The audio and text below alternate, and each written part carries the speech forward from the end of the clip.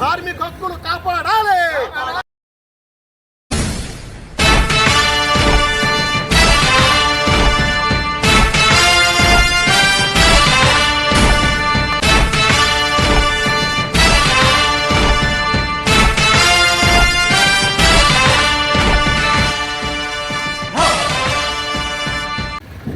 కార్మిక హక్కులు కాపాడాలి. కార్మిక వ్యతిరేక లేబర్ కోడ్ రద్దు చేయాలి. కార్మిక హక్కులపై దాడి చేస్తే సహించం. కార్మిక హక్కులపై దాడి చేస్తే సహించం. చేయాలి.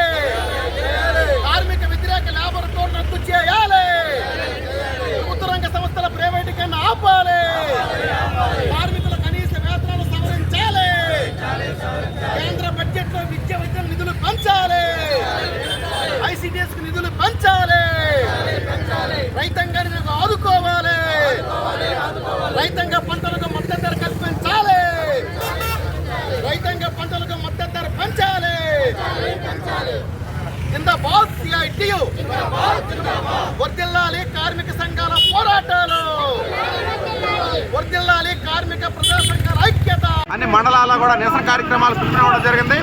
ఈరోజు కార్మిక వర్గం 1886కు ముందే పెద్ద ఎత్తున పోరాటాలు చేసి 8 గంటల పనిదినం కానీ పిఎఫ్ ఈఎస్ఐ కనీస వేతనం ప్రమాదాలు జరిగితే నష్టపరిహార చట్టం కంటే 44 కార్మిక చట్టాలను ఈరోజు కార్పొరేట్లకు అనుకూలంగా పార్లమెంట్లో ఎటువంటి చర్చ లేకుండా ఏకపక్షంగా లేబర్ కోడ్స్ ఆమోదించుకోవడం జరిగింది. 2025 ఏప్రిల్ నుండి దేశవ్యాప్తంగా ఈ లేబర్ కోడ్స్ అమలు చేయడానికి కేంద్ర ప్రభుత్వం సిద్ధమవుతున్న నేపథ్యంలో కార్మిక సంఘాలతో సంప్రదించకుండా ఎటువంటి చర్చ జరపకుండా ఈరోజు కార్మికుల తాలూకా హక్కులని కూడా కార్పొరేట్లకు దారాదర్శనం చేస్తామంటే మాత్రం ఏ కార్మిక సంఘం కూడా ఈరోజు చూస్తూ ఊరుకోదు. అందుకని ఈరోజు దేశవ్యాప్తంగా మోడీ ప్రభుత్వానికి కార్మిక వర్గం తాలూకా నిరసన ఈరోజు తెలియజేయడం జరుగుతుంది.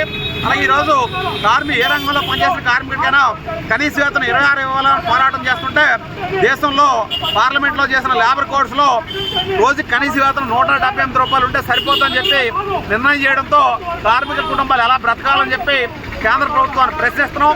అలాగే ఈరోజు 8 గంటల పనిగా మార్చుకోవచ్చు. అలాగే ఉన్న కార్మిక చట్టాలను ఎత్తేసి ఫిక్స్డ్ టర్మ్ ఎంప్లాయ్మెంట్ పేరుతో నమ్మకు నచ్చినప్పుడు వేసుకోవచ్చు, నచ్చినప్పుడు తీసేయవచ్చు. ఎటువంటి కార్మిక చట్టాలు కూడా అమలు చేయకుండా యజమానుల దోపిడీకి కార్మికులు విడిచిపెట్టడం అంటే మళ్ళీ బ్రిటిష్ వాడితో ఏ రకంగా పోట్లాడి కార్మిక చట్టాలు తెచ్చారో ఈరోజు ఈ ప్రభుత్వానికి వ్యతిరేకంగా కూడా పెద్ద ఎత్తున పోరాటాలు చేసిన పరిస్థితి ఉంది. అందుకని ఎప్పటికైనా సరే మోడీ ప్రభుత్వం తీసుకొచ్చిన 4 లేబర్ కోడ్లు వెంటనే రద్దు చేయకపోతే మాత్రం దేశవ్యాప్తంగా పోరాటాలు ఉధృతి చేస్తామని చెప్పి కేంద్ర ప్రభుత్వాన్ని హెచ్చరిస్తున్నాం. పి తేజేశ్వరరావు, సిఐటి జిల్లా ప్రధాన కార్యదర్శి.